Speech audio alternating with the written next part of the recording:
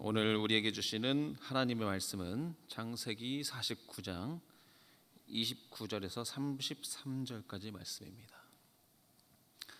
창세기 49장 29절에서 33절까지 말씀을 한 절씩 교독하시다가 마지막 절 함께 읽겠습니다.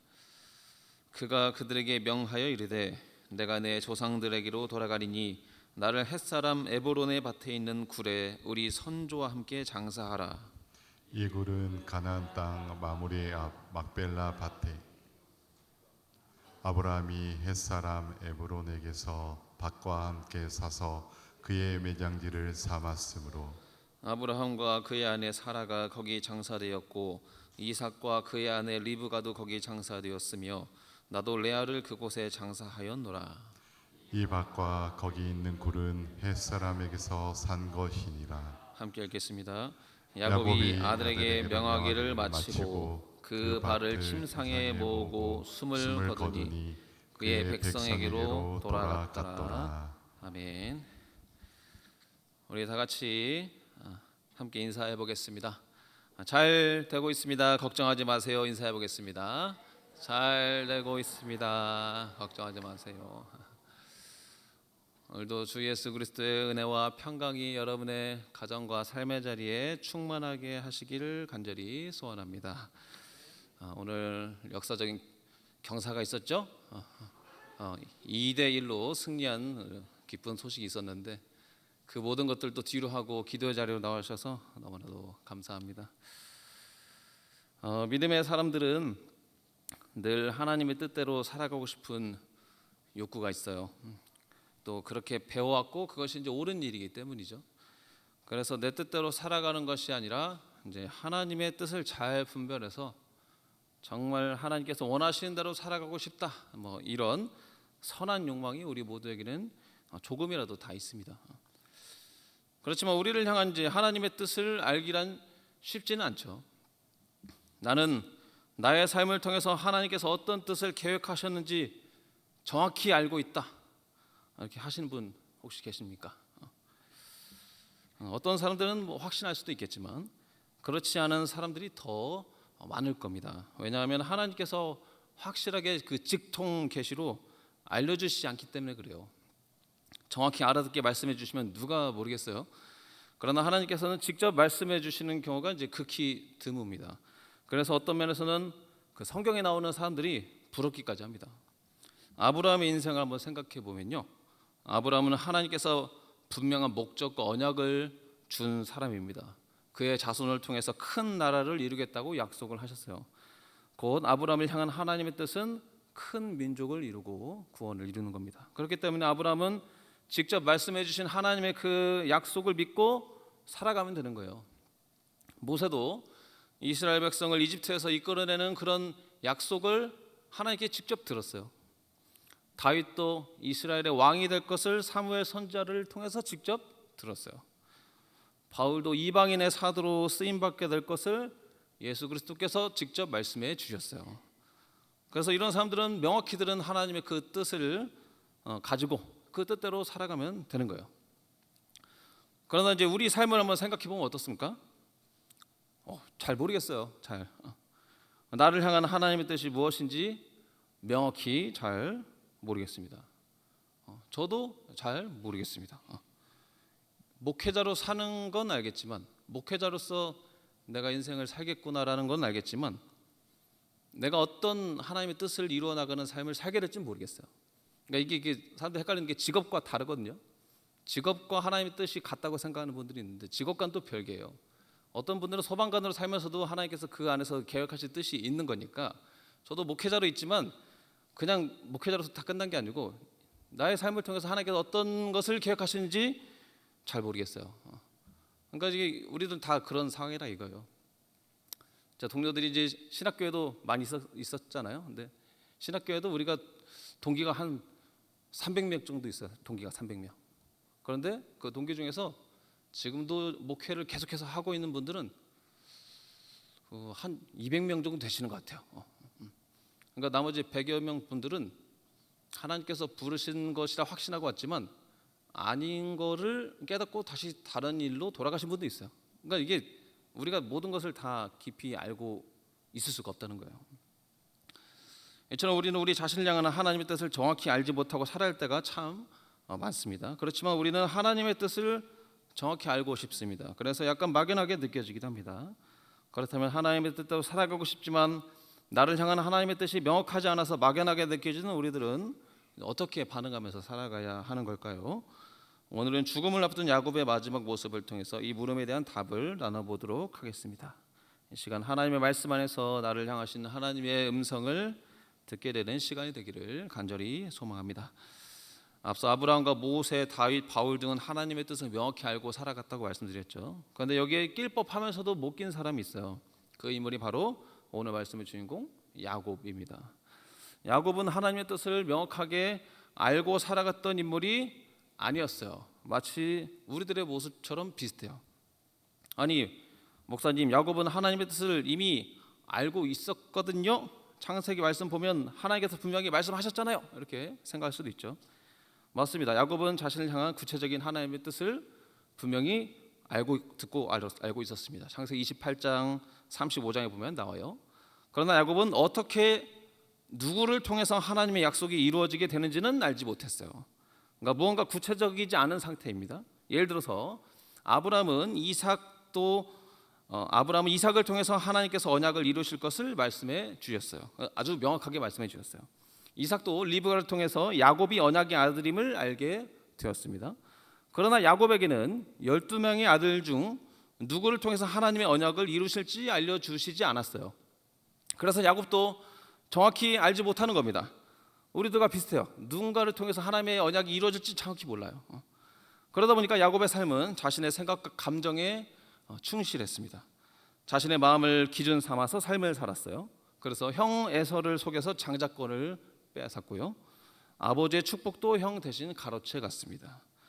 야곱은 라헬을 열렬히 사랑했어요. 라헬을 위해서 14년이나 일할 정도로 사랑했습니다. 그러나 반대로 생각하면 언니였던 레아에게는 동일한 사랑을 주지 못했어요. 또한 야곱은 라헬이 낳은 요셉을 지극히 편애했습니다. 그러나 요셉의 다른 형제들에게는 골고루 사랑을 주지 못했습니다. 지극히 개인적인 감정과 생각이 야곱의 행동 근원에 녹아져 있어요. 이런 면만 보면 믿음 좋은 성도라고 보기에도 애매한 사람이에요. 야곱이라는 사람은. 이처럼 야곱은 자신의 생각과 감정에 충실한 사람이었기에 아마도 가장 사랑했던 요셉이 언약을 이뤄가는 자식이라고 생각했을 수도 있어요. 물론 제 추측이죠. 그러나 이것은 억측은 또 아니에요. 왜냐하면 야곱은 요셉에게 그 채색 옷을 입혔잖아요.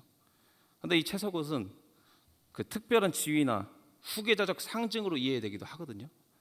게다가 이미 장손이었던 르우벤은 아버지의 첫 빌하와 동침한 사건으로 인해서 이미 장자에서 실격이 됐고 이미 탈락한 상황이고, 또 둘째, 셋째였던 시므온과 레이도 세겜에서 칼부림을 하여서 모든 족속을 다 죽인 일로 인해서 완전 거의 저주받는 인물이 됩니다. 그러면 첫째부터 셋째까지 다 장자로서의 자격이 없는 상태인 거예요. 지금 그런 상황에서 야곱은 사랑하는 아내 라헬의 장자인 요셉에게 기대를 걸었을 가능성이 크죠. 또한 요셉의 형제들과 부모가 자신에게 그 절하는 꿈 이야기를 했을 때도 그의 아버지는 그 말을 간직해 두었더라라고 기록하고 있습니다. 이 말은 겉으로는 요셉을 꾸짖었지만 그 꿈을 결코 허황된 이야기로 치부하지 않았다는 뜻이에요. 이처럼 야곱은 온통 라헬과 요셉을 향한 마음으로 가득한 사람이었어요. 이런 야곱이 약속의 아내를 떠올렸다면 당연히 라헬을 떠올릴 것이고, 약속의 아들을 떠올렸다면 요셉이 떠올랐을 겁니다. 자, 그런데 오늘 본문을 읽어보면 죽음을 앞두고 유언을 하는 야곱에게 이상한 일이 발생합니다. 우리 다 같이 29절에서 31절 말씀을 다시 한번 읽어보도록 하겠습니다. 그가 그들에게 명하여 이르되 내가 내 조상들에게로 돌아가리니 나를 햇사람 에브론의 밭에 있는 굴에 있는 우리 선조와 함께 장사하라. 이 굴은 가나안 땅 마므레 앞 막벨라 밭에 있는 것이라. 아브라함이 햇사람 에브론에게서 밭과 함께 사서 그의 매장지를 삼았으므로 아브라함과 그의 아내 사라가 거기 장사되었고 이삭과 그의 아내 리브가도 거기 장사되었으며 나도 레아를 그곳에 장사하였노라. 아멘. 여기서 뭐가 이상한 일이냐 하면 마지막에 보면 나도 레아를 그곳에 장사하였노라 이런 내용이 나오죠. 요게 이상합니다. 갑자기 매장지 이야기를 하다가 레아의 죽음과 장사한 이야기가 나와요. 그러니까 레아는 지금 현재 죽은 상태인데 언제 공식적으로 죽었는지는 기록이 없습니다. 다만 레아는 이미 죽어서 장사된 상태예요.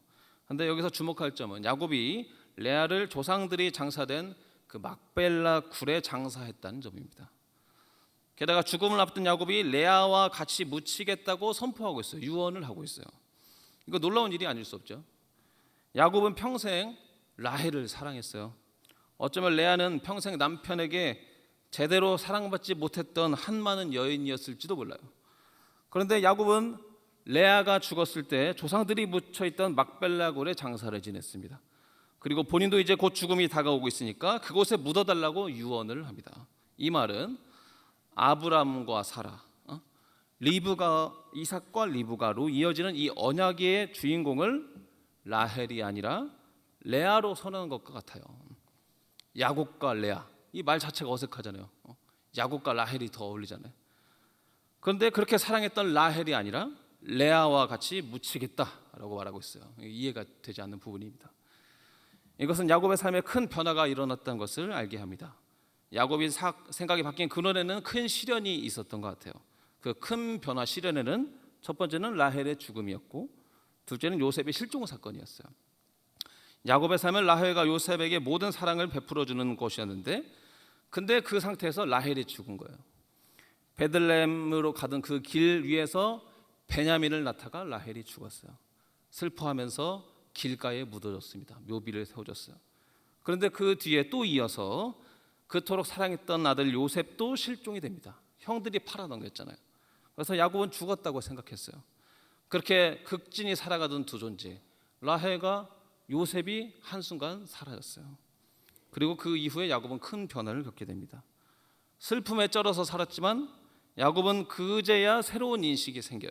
그게 뭐냐 하면은 어느 순간부터 넷째 아들이었던 유다가 믿음직스럽게 보이기 시작하는 거예요. 유다는 처음에는 야곱에 들지 않는 사람이에요. 첫째, 둘째, 셋째 아들도 마찬가지고 유다도 마찬가지예요. 동생을 팔아넘기던 그 일에 적극 협조했던 사람입니다. 그렇지만 요셉이 사라진 이후 유다는 점차 성장하고 중요한 인물로 세워집니다. 하나님께서 그렇게 만들어 가셨어요. 이것이 창세기에서 가장 반전되는 이야기예요. 누구나 아브라함, 이삭, 야곱 그 후에는 요셉을 생각하잖아요. 주일학교에서도 요셉을 제일 많이 배우잖아요. 이야기도 제일 많고. 그런데 유다 이야기는 거의 배우지 않잖아요. 유다는 뒷전이라고요. 그런데 그래서 우리는 다 언약의 계보가 요셉으로 가겠구나 생각해요. 창세기 내용이 그렇게 흘러가요. 그렇지만 점차 유다가 성장합니다. 그리고 결국에는 유다의 혈통에서 다윗이 등장하게 되고 예수 그리스도께서 오시는 놀라운 축복이 이어지게 됩니다. 하나님께서 그렇게 인도해 가셨기 때문이에요. 아브라함, 이삭, 야곱 그 후에 유다로 이어지는 거예요. 그렇게 야곱은 요셉이 부재할 때 유다의 새로운 진면목을 발견합니다.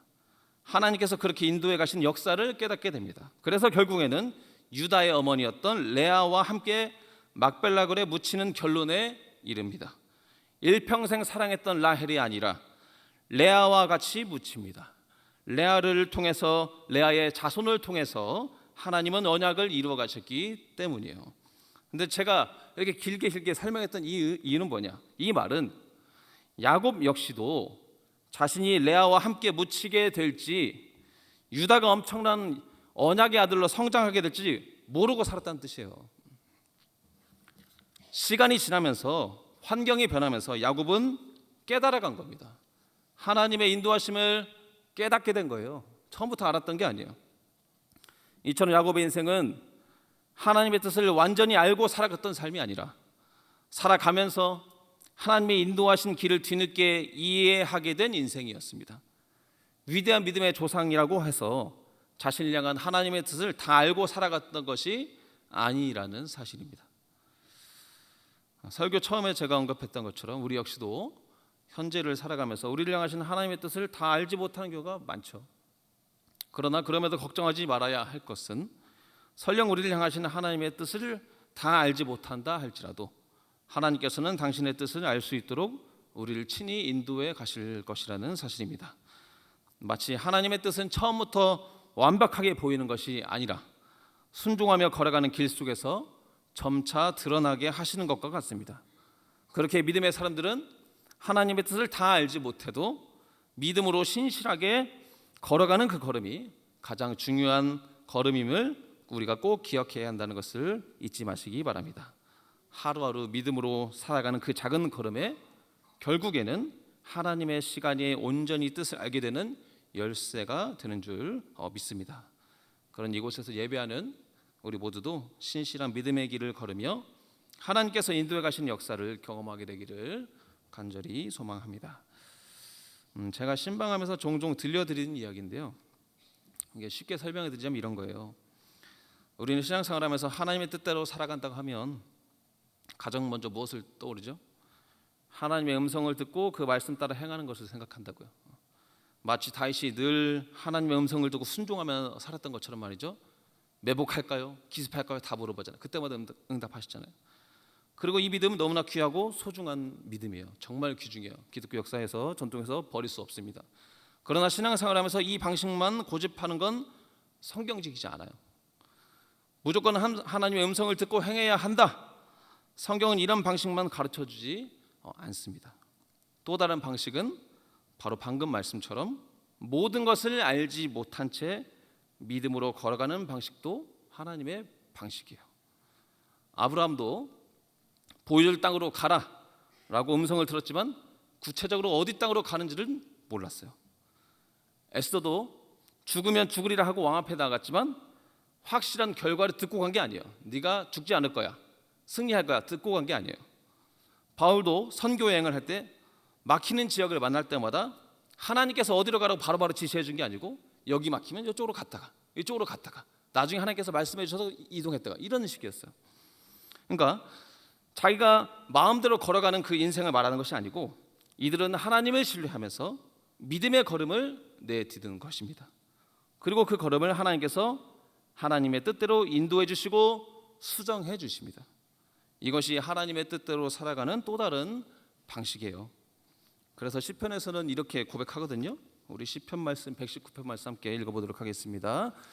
주의 말씀은 내 발의 등이요 내 길의 빛이니이다. 주의 말씀이 앞에 있는 먼 길을 다 비춰주는 것이 아니고 내 발의 등이래요. 내 발의 등, 내 길의 빛이랍니다. 내가 내딛는 그 발걸음의 등이 되어준대요. 이 말은 무슨 말이에요? 모든 것을 앞서서 다 비춰주는 것이 아니고 내가 한 걸음 한 걸음 걸어갈 때 하나님께서 말씀 가운데 앞을 비춰주신다. 그 바로 밑을 말씀해주고 있어요. 잠언 말씀도 한번 같이 한번 읽어볼까요? 잠언입니다. 함께 읽겠습니다. 너는 마음을 다하여 여호와를 신뢰하고 내 명철을 의지하지 말라. 너는 범사의 그를 인정하라. 그리하면 내 길을 지도하시리라. 자, 그 말씀 잠깐 띄워주세요. 자, 먼저 하나님을 여호와를 신뢰하라고 합니다. 그리고 하나님을 인정하라고 말해요. 그리고 행하는 거죠. 그 다음에 길을 인도하신다, 지도하신다 말하고 있습니다. 오늘 야곱의 인생 말씀이 바로 이것을 알려주고 있는 것입니다. 그래서 많은 신학자들은 하나님의 뜻을 찾는 것만큼이나 하나님을 신뢰하는 것이 중요하다고 말해왔어요.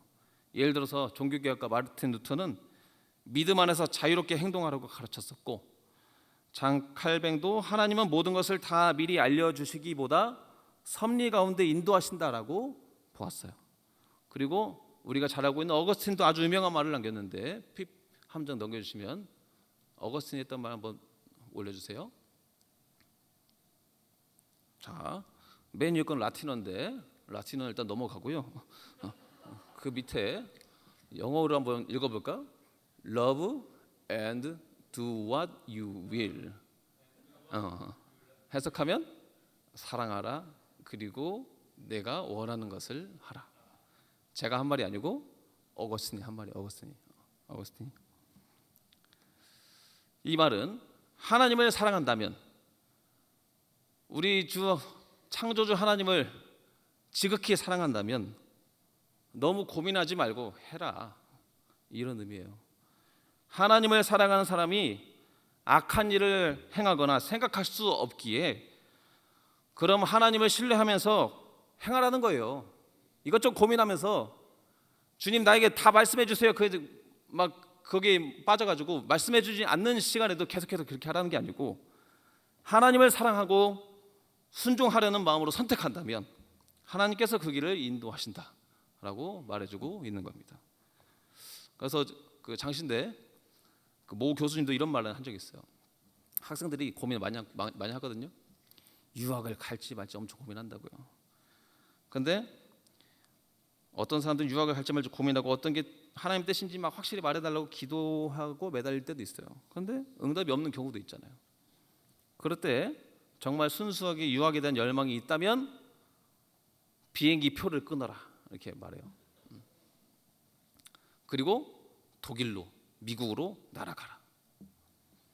그렇게 먼 외국 땅에 발을 내딛는 그 순간 하나님께서 우리를 인도해 가실 것이다. 근데 하나님 유학을 갈까요 말까요? 응답해 주세요. 확신이 막. 근데 막 응답이 없어. 그럼 그분은 유학을 갈 수 있을까요 없을까요? 못 가는 거예요. 못 가는 거예요. 이게 하나님의 인도하신 또 다른 방식이에요. 여러분 생각해 보세요. 여러분 과거를 다 생각해 보세요. 여러분 과거에 여태까지 살아오시면서 다 하나님의 응답 듣고 그대로 순종하면서 살아왔어요? 아니면은 하나님 제가 이렇게 행했지만 절 인도해 주세요, 도와주세요 하고 왔어요? 여러분의 삶이 다 그 증거예요. 하나님께서는 그렇게도 인도하신다고요. 그러니까 우리는 늘 신실하게 주님 더 사랑하는 마음으로, 신실한 그 믿음의 마음으로 삶을 용기 있게 살아가는 거예요. 걱정하지 않고. 그럴 때 하나님께서는 우리의 삶을 삐걱거리면 제자리로 인도하시고 곁길로 갈 것 같으면 인도해 주시는 거예요. 그것을 말하고 있는 겁니다. 양치는 방법도 두 가지라고 하잖아요. 양칠 때 우리가 생각하는 건 뭐예요? 목자가 앞서가면 양들이 매 하고 따라오는 걸 생각하죠. 근데 반대 방식도 있어요. 실제로 뭐냐? 양들을 일단 다 훑어놔요. 그 목자가 뒤에서 옆으로 빠지는 양을 개시켜가지고 옆으로 가운데로, 이쪽 또 빠지는 개 있으면 가운데로 인도하는 방식이 있다고요. 비슷한 말이에요. 그게 그렇게 오늘 야곱의 이야기처럼 우리를 향하신 하나님의 뜻을 우리가 정확히 알지 못한다 할지라도 하나님께서는 당신의 뜻을 알 수 있도록 친히 인도해 주실 것이다. 그것을 믿으시는 여러분이 되기를 간절히 소원합니다. 그렇기 때문에 하나님의 뜻을 다 알지 못해도 열심히 구했는데도 혹시나 응답이 없다 하도 주님을 사랑한다면 믿음으로 신실하게 그 걸음을 걸어가십시오. 선택하세요. 그러면 결국 하나님께서는 우리의 걸음을 통해서 우리 발걸음의 등이 되시는 빛이 되신 주님께서 옳은 길로 인도해 주실 거예요. 그리고 하나님의 뜻을 이루어 가실 것입니다. 이런 믿음으로 살아내는 우리 모두가 되기를 간절히 소망합니다. 다만 이제 마지막으로 우려스러운 일은 그렇다고 무조건 내 마음대로 다 하고 싶다 하라는 건 아니에요. 그건 아니에요. 그게 아니에요. 부정한 마음이 깃들어 있는 생각과 감정은 고집하지 않아야 돼요. 그때는 꺾어야 돼요. 그런 착각을 고집해서는 안 됩니다. 우리 마지막으로 다 같이 31절 말씀 한 번 더 읽어보도록 하겠습니다. 31절입니다. 아브라함과 그의 아내 사라가가 거기 장사되었고 이삭과 그의 아내 리브가도 거기 장사되었으며 나도 레아를 그곳에 장사하였노라. 야곱은 평생 동안 라헬을 사랑했고 요셉을 사랑했던 사람이지만 그 사랑도 결국 자신의 그릇된 마음이 섞여 있는 마음이었어요. 두 여인 중 한 명만 지극히 사랑하고 형제 중 12형제 중 한 명만 지극히 사랑하는 게 어떻게 좋은 마음이겠어요? 야곱은 결국 하나님의 인도하심 가운데 자신의 생각과 감정을 고집하지 않았어요. 그리고 바꾸었습니다. 막벨라골에 장사되는 아내를 라헬이 아닌 레아로 바꾸었어요. 평생의 마음을 뒤집었어요. 이처럼 하나님 앞에서 그릇된 것들이 숨어있는 나의 감정과 생각을 고집해서는 안 되고 그때는 하나님의 인도하심 따라서 바꿀 수 있는 용기가 우리에게 필요하다는 것을 꼭 기억하시기 바랍니다. 이제 말씀을 이제 마치려고 합니다. 바라기는 오늘 말씀처럼 나를 향하는 하나님의 뜻을 우리가 다 정확히 알지 못한다 할지라도 그럼에도 불구하고 두려워하지 말고 오늘 맡겨진 길을 신실하게 걸어가시기를 간절히 바랍니다. 야곱도 정확히 몰랐잖아요. 요셉인 줄 알았거든요. 근데 유다였거든요. 라헬인 줄 알았는데 레아였거든요. 몰랐어요. 그러는 하나님은 야곱이 이해하지 못하는 그 길에서도 그를 옳은 길로 인도해 주셨어요. 우리의 믿음도 마찬가지입니다. 미래를 다하는 믿음이 아니라 오늘을 맡기고 걸어가는 믿음이 필요합니다. 그리고 언젠가 뒤돌아볼 때 우리는 말하게 될 것입니다. 그때는 몰랐지만 하나님께서 여기까지 나를 인도해 주셨어. 에베네셀의 하나님께서 지금까지 나를 인도해 주셨어. 너무 감사하다. 이것이 은혜구나. 이렇게 고백하게 될 것입니다. 이런 고백을 언젠가 우리도 다 고백하고 늘 주님을 생각하는 우리 모두가 되기를 간절히 소망합니다.